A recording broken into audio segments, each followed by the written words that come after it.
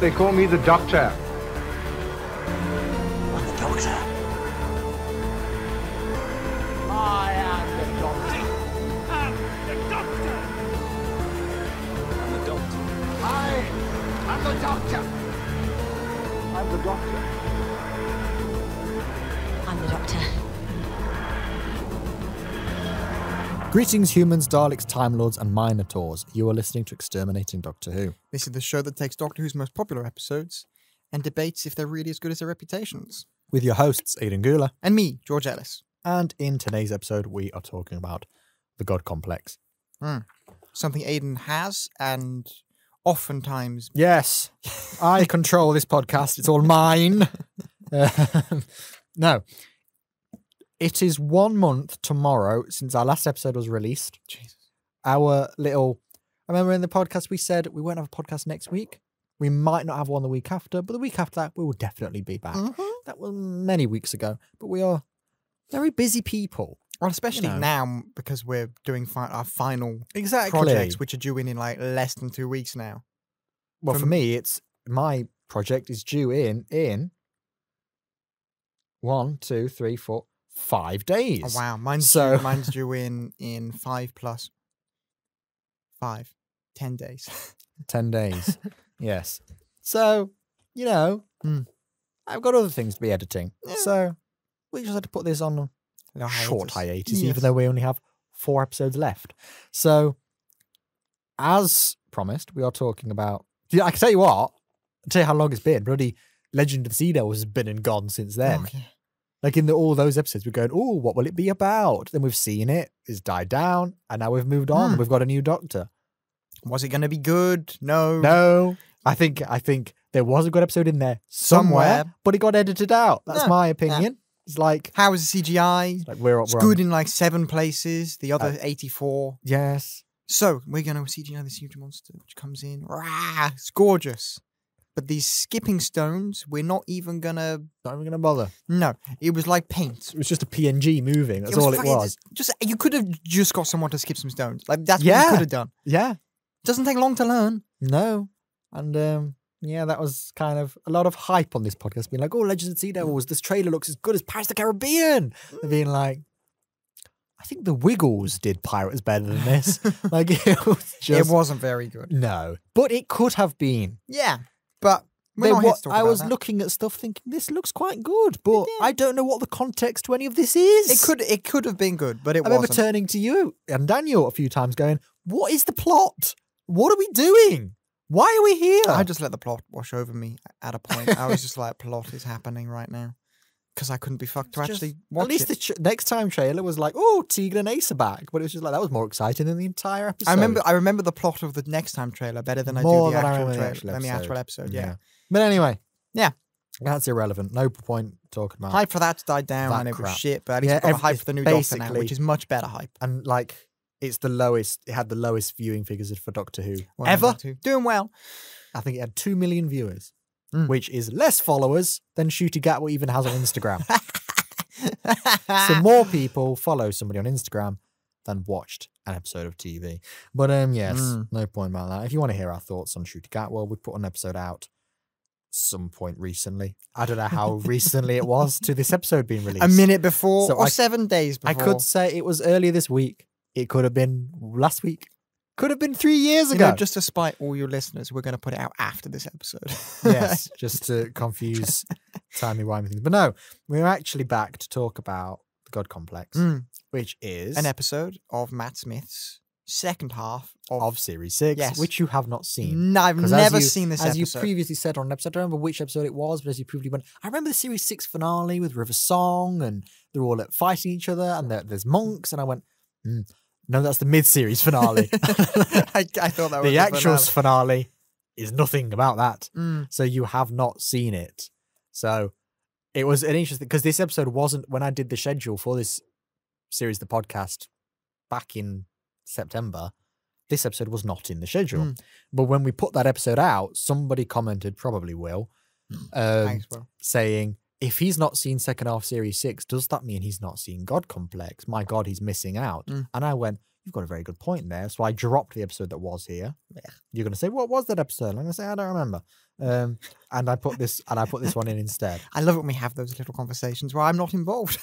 Yes. Well, if you were, what episode would we have done in episode 47? You've no fucking idea. God knows. But It wasn't this one, but it is this one now, because as I remembered, as I was watching it, I went, oh yeah, this was my favourite Matt Smith episode until the day the Doctor came along. So if you technically say take away specials or finales from like the ranking, what's your favourite Matt Smith episode? It would be this one for me. So I went into this genuinely no fucking idea where we are at, what's going on, who any of these. No, I knew who the characters were, but it was very much like it's so weird watching this because I had never seen anything, maybe a trailer from it before, but even then, yeah, but like to me, this was completely brand new Doctor Who, which is honestly quite wonderful. Because with like I rewatched the Capaldi era, there were maybe like a couple of bits in there where I was like, what the fuck, like this is brand new to me, but I don't think there was ever really like a whole episode that you were like, I have never seen this, that I knew nothing about, you know. But this episode, I had no idea what it was about. I knew nothing about it, genuinely. So it was just like watching a brand new episode of Doctor Who, and it was quite wonderful. And first thoughts, really good. Like, it's really good. I loved it. Like, it was just really strong, and I love the concept, and I love how the concept was paid off, and I love it is just great. Like, my first point here is that I love the concept. Like, you know me, I love me some bottle episodes. I love kind of an escape, get us out of here kind of thing.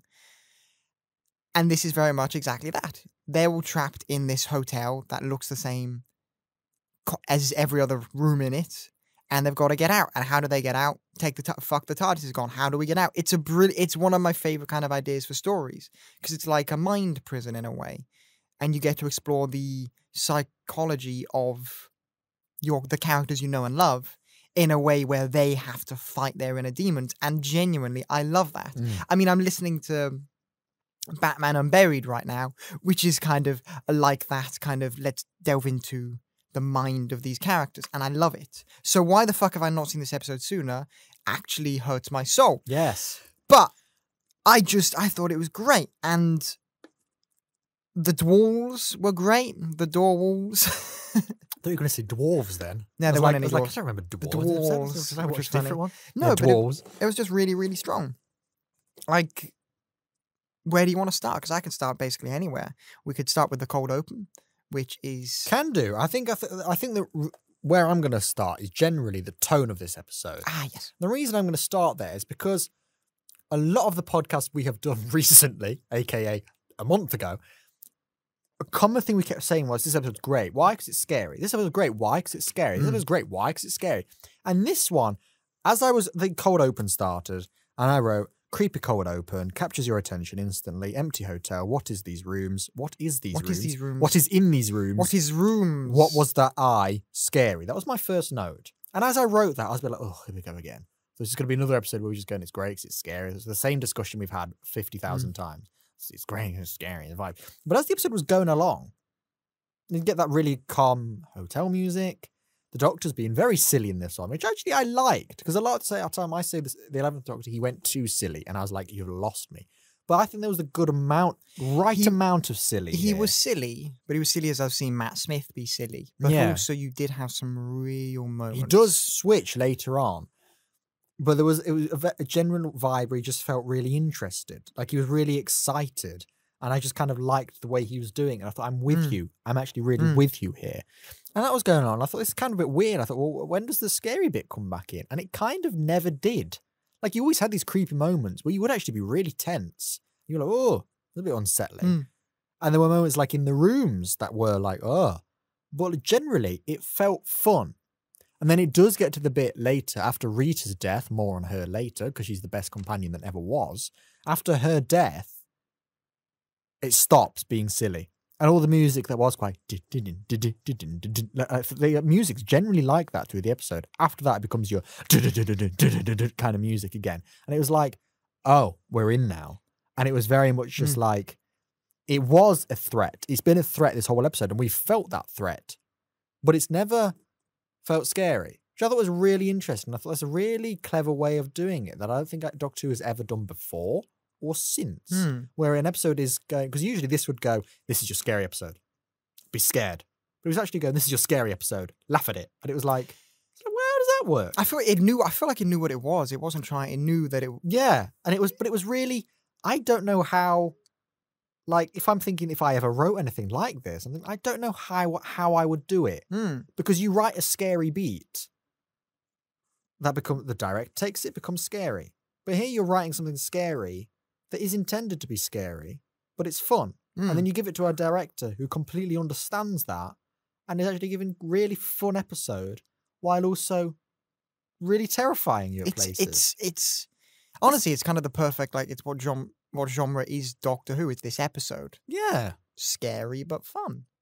It's like you will be scared, but you'll also you'll be relaxed, but you'll be scared. Yeah. Like, when does that ever happen? Like, you're scared and you're on the edge of the seat. You're like, oh God. Yeah, I watched this morning when I just woke up with the blinds closed and just still chilling in bed. Same. So with my notepad like that. Yeah, exactly. But so I was like, just really quite chill, relaxing, enjoying this. But it's like, I was like, this is creepy. This is funny. But it's all mixed together like a nice quiche. Just interesting food stuff to pick there. Yeah, no, but it was really, really good. And it's I just really like the idea, and I'm really glad it paid off well, because I was told what the concept was during the episode, and I was like, this is a great concept, please pay this off. Got paid off, but also left some things open, which was nice. Like, I love the idea of each person having their greatest fear, and they're not feeding off fear, they're feeding off you falling back on your one faith, which is fucking incredible. I love that idea. Yeah. That you're so scared, you fall back on your base faith. Your fundamental, what do I believe? Exactly. And I love how it's quite creepy that Rory doesn't really have one. Or like, so he has he sees the fire X, and that's like, I feel quite, how do you feel about that? Do you feel, because I'm like, I feel sorry for him, but also I'm like, does that mean he has a lot of faith in himself over anyone else? What is this? What does it mean for Rory as a character? Because it's like, if you think about it, like, if you think, what would yours be? And if I'm thinking about it off the top of it, I don't know what mine is. Batman. Like, I actually don't know. It was like, what is the thing that I believe more than anything else? I don't know what that is. Really, I know what I could genuinely. I know what I could try and like say it is. Like, the way I live my life is very much trying to live it for myself, not for anyone else. I could say that, but is that just me saying something, or is that actually what I think? I don't think any of us can really ourselves say what our base faith is. I think we have to be shown it or told it by someone else. Yeah, because I believe in my friends, you. I believe in my family. I believe in Batman, and I believe in myself, like, and Star Wars. So it's like, what would happen if I were scared? What do I fall back on?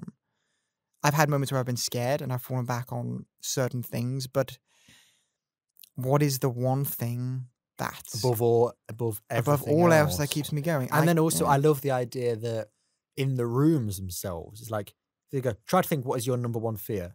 Yeah, it's not that. It's going to be something else. You don't know what it's going to be. There's going to be something in there that you think, oh, what is my number one fear? I guess it would be this. No, there's going to be something deep at your heart, and there's going to be, that room is going to find a way to show you that. You see it and you realize it couldn't have been anything else. It's a wonderful idea, that. Like, I know I use weird phrases. People probably think, George, why do you think scary shit's wonderful? Yeah, I know, because it's cool. It's brilliantly written.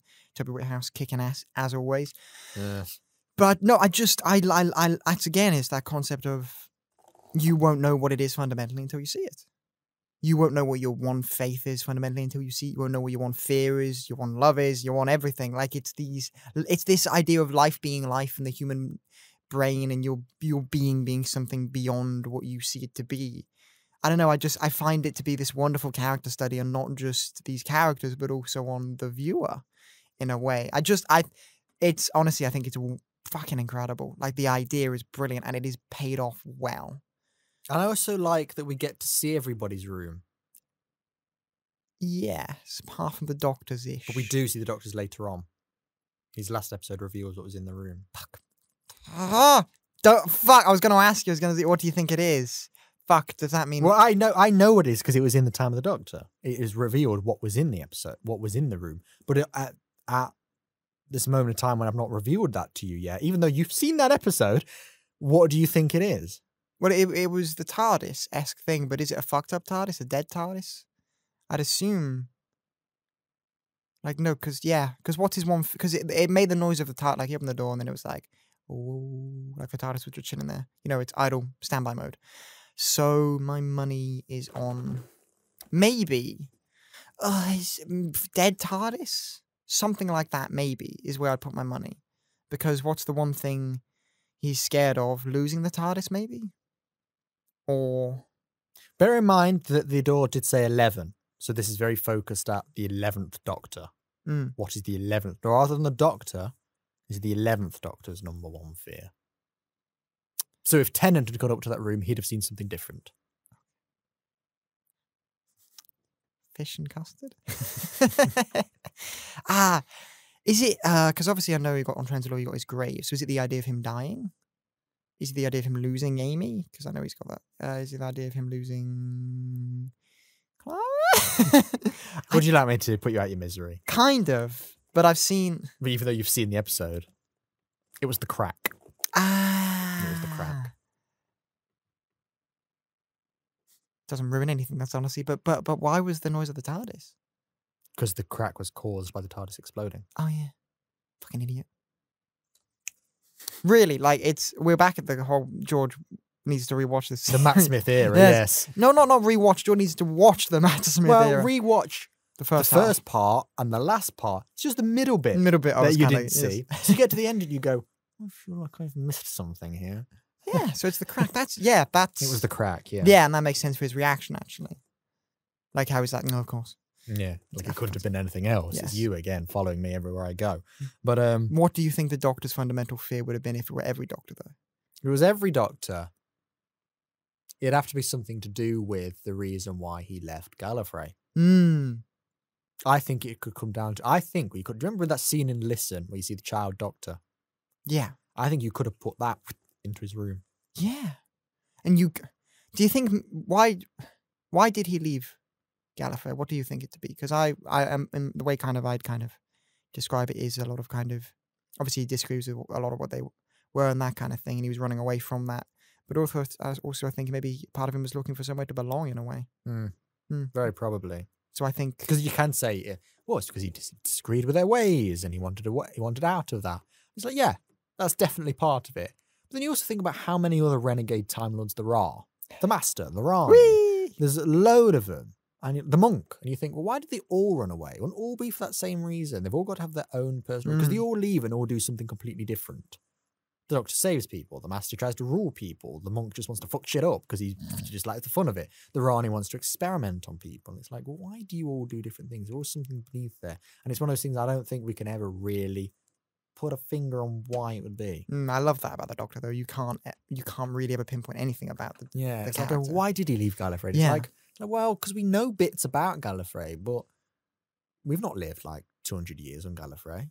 Not yet. We don't really know what day-to-day life was like. We can try and fill in a lot of those things. We can fill in, well, this is what society was like. This is what these academies were like. All this stuff is known. It's like, but really, why did he run away? And it's like in Heaven Sent, it's like, that's when they go, I didn't really run away from Gallifrey because I was scared and that kind of thing. So, what, scared of what? What were you scared of? It's just, it's interesting. And this whole, that's why I like this episode, because what it does, it makes you think about these kind of things. About yourself as well, which is a bit, but it's really nice. And I like how each kind of fear is a good payoff from that. I would have preferred it maybe being the Doctor's full fear being in that room, but it being the crack makes sense for the 11th Doctor. Yeah.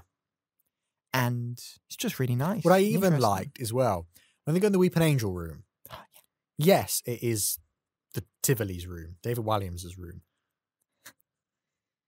But I think there's still a little bit of interpretation to be like, I think there is something to do with Amy in this room because she walks in and she assumes it's hers. Mm. Because obviously after how she was in Time of Angels when she got all the dust in her eye and that kind of stuff, she's clearly very scared of the angels. I wouldn't be a fan. And she was like, this must be my room because I'm so scared of these things. These are my nightmare. And I really like that when a companion has that, when they face a particular monster and that becomes their nightmare. Sarah Jane, for example, gets to Stolen Earth. She hears the Dalek voice and she's broken because she thinks this is my absolute nightmare. These are the ones that, these are like, I face these kind of guys. That's fine with them. But the Daleks, now they're the ones that scared me. And that's kind of Amy with Weeping Angels. And also at this point, where you've had that last series, and you think, what happens next series? She gets killed by a Weeping Angel. So it's nice foreshadowing in that sense. Even though it was like, this is the Tivoli's room. It's like, yeah, but I still think, I feel like this is Tivoli plus Amy's room. If it was just him on his own, I feel like it'd be something different. Because of all the people that have invaded their planet, why would the Weeping Angels be the one? Because they're not really there to conquer. They're just there to send you back. So maybe that's why. But it's also like, well, their entire point of their species is that they aren't scared of any invaders. They're just like, they like to be conquered. We bow down to no, you. They like to be conquered, not sent back in time. Like the Weeping Angels aren't there to rule them. They're there but if by doing that, they are being conquered. in a way, yeah. So I don't think, really, I think his fear would be something more than one monster. Yeah, it didn't. And it's like, I do think that is the power of Amy and him being in the room at once. I don't think that was just him. Because why would he just be scared of one monster? That makes no sense, really. And I like that. I like that little bit of foreshadowing there. Amy and Rory. Oh, I was going to say Amy and her rooms. Because actually, no. First, let's talk about David Walliams. David Walliams. Is that the first time we see one of his species? Yeah, the other one is obviously in the Crowley episode. Yes. And they're coming back for a big finish thing soon, which I like. Exciting. No, but I'm not sure what you could do with them a big finish, but they're coming back. Yeah, but no, he was a very interesting character, and I was like, is that David Walliams? That's David Walliams. What the fuck are you doing? So very much like, what the hell? Why are you it's in one this? of those times, like, because David Walliams, in a lot of the early big finishes, David Walliams is in them because he is a big Doctor Who fan. And he's one of those stars where I kind of think, why was he only in it by series 6? It's like, surely you would have put him in a bit earlier. Like, Mark Gatiss was in a lot of early big finish ones, gets to series 1 of Doctor Who, he's got an episode. He's straight in. So why wasn't David Walliams there? But then actually I see a character like this where I think this was actually really perfect for David Walliams. I can't see anybody else in this role. Because a lot of the way he performs it being kind of really cowardly and all kind of like that kind of thing. It's really David Walliams. I know a lot of people don't really like David Walliams, but I do. And I kind of really liked him in this role. There's a bit where the Doctor's talking to him later on, and he's when he's saying the Tivoli aren't just cowardly, they're sly. I love that they're a way bit. of finding a way. And he says something to him. I can't think what the exact bit is he says to him, but he says like something, you have to do this now. And he kind of, David Williams kind of does a really awkward bit where he goes like that, where he's like, okay, I know. And he like, it was kind of, the way he did that really reminded me of like me or people I knew in school when we'd get detentions, and he'd be like something like, you have to stop now, you can't keep doing this. We'd go, all right, like that kind of thing, like, oh, calm down. And it's the way he did it, I just thought that was really funny, because that's a real genuine reaction, that is, where he actually, it looks like he's actually quite threatened by Matt Smith. He's gone, okay, move along now. And I just kind of like the way he did that, and I thought, I really like your performance here, like that you for this character feels like it was written for you, and I can't imagine anyone else in that role. So I'm with you. Yeah, I think he played it very well, and I think you have this. It was a very interesting kind of species and introduction as well, because obviously I've seen it before, technically, but afterwards, you have this species that likes to be conquered, and they're so used to it. But I love the way that that moment with Matt Smith, where he's like proper, like, I'm not going to shout at you, but I'm going to tell you you're a piece of shit, basically. Yeah. And I love that. It's the idea of you're not just cowardly, you're scared. You're sly. You do this to survive. You actively sacrifice anything for your own skin. And it was very much like pointing it out. And it was really, you could tell the Doctor didn't like this guy because he just wasn't a nice guy. And then you have obviously later on in the episode where it's like, he broke free and the Doctor just doesn't say a word, looks at him, then just turns his head, and you're like, he sees everything. You know exactly what happened. It's very strong. And at the end as well, where He's the last survivor, isn't he? Mm-hmm. And at the end, he goes, "Can I have a lift?" And the doctor just doesn't say anything. He just walks into the TARDIS. You can just see like you can imagine he just walks in, pulls a lever, pulls it forward, and goes, "Right, get out." Mm-hmm. And he's just like, "You're there now. Done. Get out. Mm-hmm. I saved you, but you're not the one I wanted to really save." Yeah. Kind of thing, which I like. I do like him as a character. The one he did want to save, though, Rita, All right. widely regarded. widely regarded to be the best companion that ever was. I really like her as a character. Really like her as a character because they're finding these essentially boil this down. What is it? It's based on the Siege story. Generally, you kind of get to know everybody on the team. A lot of the time, we can say I love everybody. Yeah, I can't really say the same for this one because I don't vibe with the other two guys, Howie and the one in the chair. Like I don't really. The one in the chair doesn't really get any time to develop. He's just there, just to get killed. It's like, so whatever. And then Howie, I kind of never really found him likable. They do give him sympathy beats, but I'm kind of not really there for them. He's just he's means. somewhere for the audience to latch on to. Relate. Ish, but he's kind of a bit incel-y before exactly, incel, they can relate. Incel was a thing. And it's a bit like, I'm not with you, Howie. No, I know. But then you get to Rita and I don't actually know what the Tivoli's name was. I'm just going to call him Tivoli. I did really like those. And Rita, it's like all the development went towards her. And I really liked that because the moment she appears, she's strong immediately. She's like, "Who are you? What's going on?" And she's very much like that. And she stays like that all through the episode. And you reveal more about her. You get more about her fear of failure and a fear of disappointment, that kind of thing. And then you get stuff about developing her faith and saying like, well, I think this is the afterlife. And this kind of thing you don't really get from any of the other people then. It just makes her really endearing.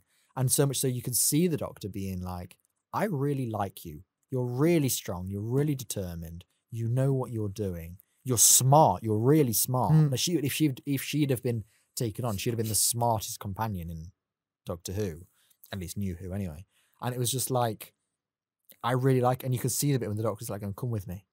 I'll show you the universe. You could see it's a real genuine, like, I want you to travel. And then when she, because to be fair, 2 minutes later, when she just goes, praise him, you go, no, oh, for fuck that shit. Like, you're like, no, I don't want you. Get the other guy. I don't want you. And it's just like, it's real, like one of those proper gutting that is. You move on once the episode's finished. Of course.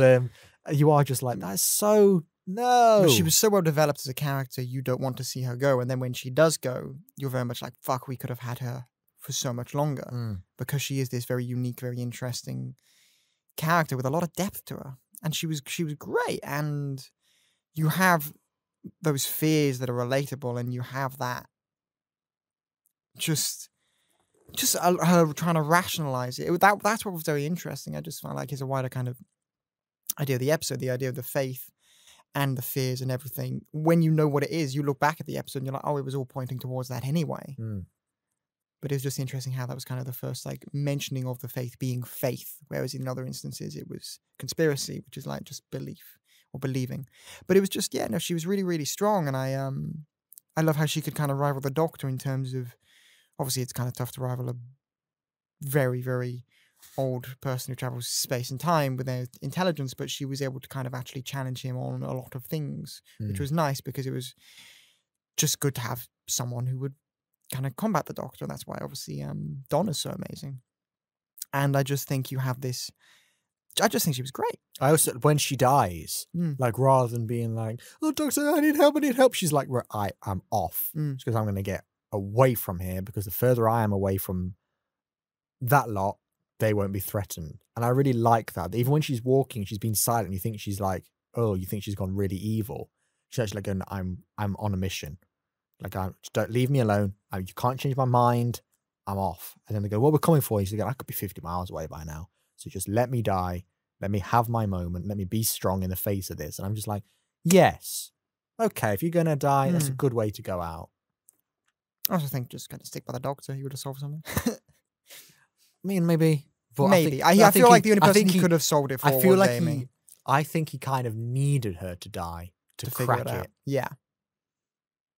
I don't think he could have actually cured anyone else's faith thing other than Amy's, because that one was directly related to him. And cruel the way he did it. But it's good on him because he had to do it. Yeah. It's like, absolutely, he has to save the day. He has to. What is it? When you really think about it, like, he kind of like, it's very Seventh Doctor-y the way he did that. And that means nothing to you. The Seventh Doctor was very manipulative.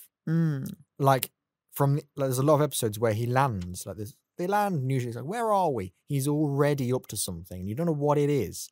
But he's already like, I'm doing something. And he goes off and he does this. He manipulates these people to think that. And he goes off to these people and he manipulates them to think that. So then they come together and think this thing and then deals with them both and does this other thing while he's up to something else. And it's always like, he's always got a big grand master plan with everything. Big grand master plan. Big grand master plan, yeah. Every single, like, not every single, but there's a lot where, like, even where he puts some of his companions in real danger, it's like, go do this. Like, but I don't want to do that. Go do it. I don't want to do it. And then, like, absolutely traumatize them. And he goes, yeah, but we saved the day, didn't we? And they go, yeah, but I'm harrowed. He's going, yeah, but we saved the day. And it's like, and it's like, right, it's like, that's Good job. It's like, that's cruel. Yeah. And that's like what the 11th Doctor does here. Because you know the stuff he's saying to her, you know it isn't true. But he says it in such a way that is like, yeah, I didn't take you on because I liked you. I took you on because I was vain. I wanted somebody to look at me and be adored. And this kind of thing. He's like, that's really cruel. You're crushing Amy here. And there is a bit where you do see a slightly smile. I think you know that she realizes what he's doing. But I do think there is a lot of element where he's just absolutely crushing her spirits. But still, he had to destroy that faith. So, yeah, absolutely. Although she understands why he's doing it. But it is just like, it's cruel the way he did it. Like the way that to get out. How do you do it? It's like, how do you save the day? He's like, well, I'm going to manipulate my companion, destroy all her faith in me, then I'm going to kill this monster. And it's like, God, you'd have done it any other way. Like, it was like the worst scenario you could have done there. But it was just like, I like the way they did it. Like, it's that thing again where, even though there's hope there in this moment, you should think about what you're watching. You go, God, this is awful. Like the rest of the episode is like, oh, this is fun. I mean, I'm watching somebody getting murdered, but it's fun. It's fun, yeah. And it's just like a really interesting way of doing it. You watch that moment and very much, I don't feel comfortable watching it. You don't feel it's not a it's not a heroic moment. It's very much, okay, Doctor, a bit mean here. It reminds me a lot of, honestly, Batman in a way, kind of sacrificing a relationship to save that person kind of thing. It's very, the Doctor does do this, but like that kind of thing, but it's mean, but there's no other option, and it is for the better for both of them. And in the long run, it is better for Amy, because she shouldn't have this unrelenting faith in him, really. Because because I like the way how he phrases it in the end. We need to see each other as who we are, not who we believe each other to be, kind of thing, which is nice. That's a really nice kind of idea, and I think it's strong for a lot of kind of relationships and friendships, for people to just understand that people are human and they have flaws, and we need to understand that. And I think that's a really important thing for Amy to understand, because she does have this unrelenting belief in the Doctor as this fairy tale, because obviously Moffat loves his fairy tales. So I do think it's important that you have Amy realize that he is a flawed creature. He is not perfect. But also the way he does it is very, at the start at least, I think at the end, because obviously I think he says, we see each other for who we are, you have that kind of soft ending.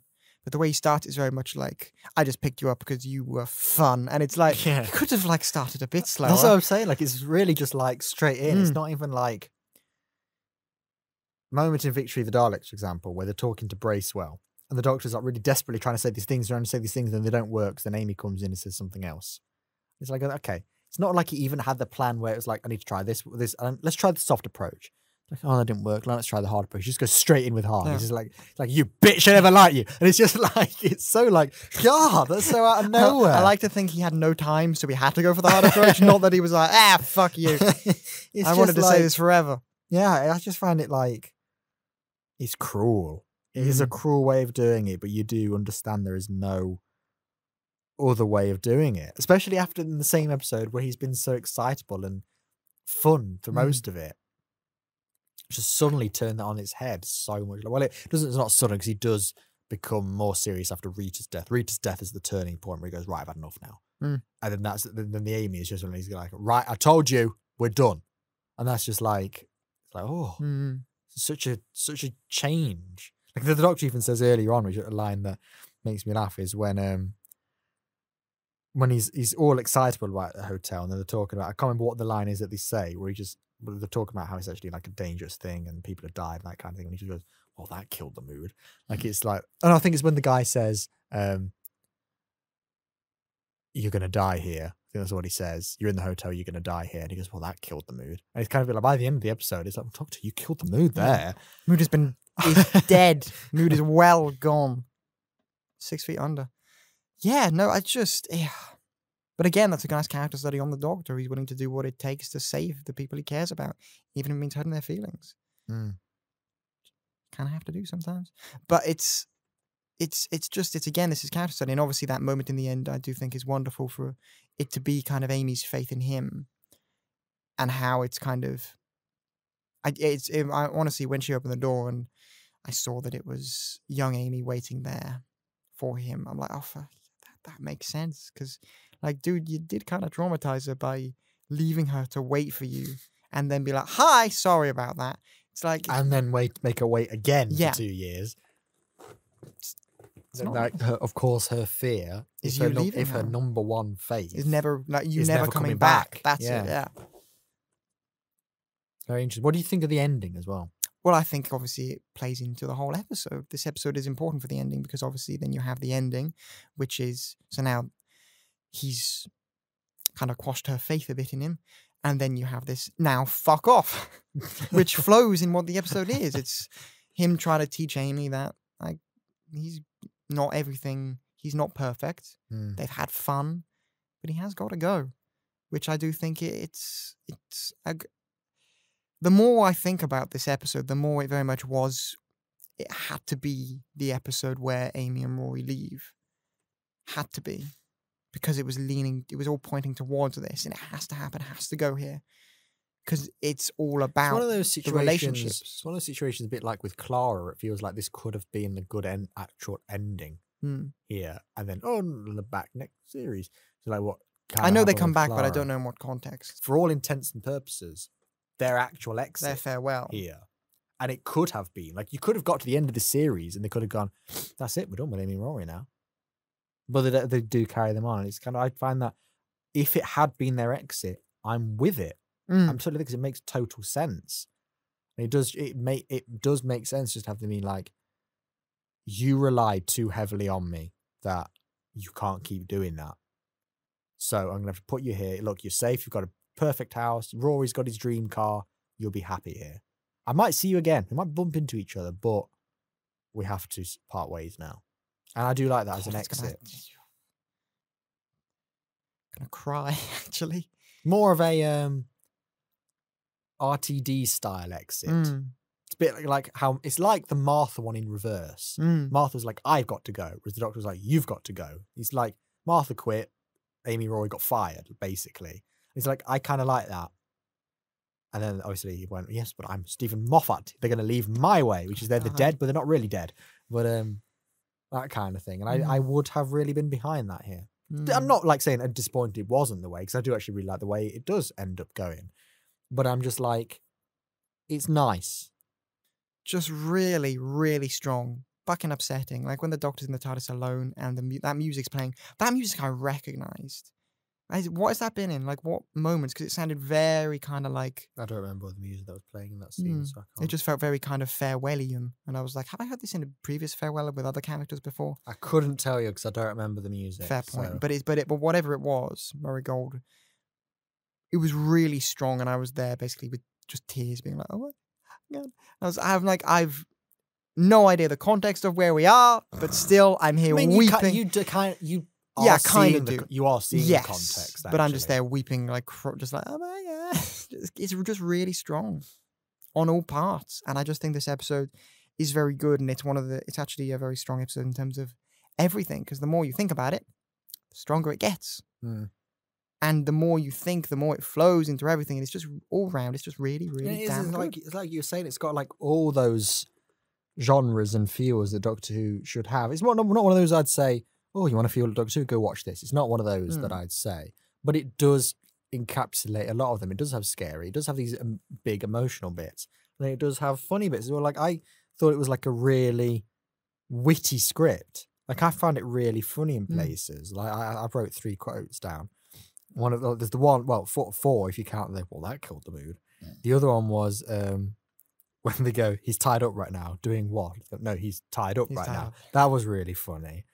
And then there's the other one where he says, you're going to die. And he goes, but they didn't put that in the brochure. I like that one. And then the other one I like is when they go trapped in that room with Rita and Amy in that room where they go, is this your clown? Is it your clown? That's not my clown. Is it your clown? That's not my clown. Then they just go, she goes, hi. And she goes, don't talk to the clown. Like that, I just really found that really funny. And it's like so funny that you can do that in the same episode where you've got this lumbering giant Minotaur coming for you, which looks great. Oh, it's fantastic. Yeah.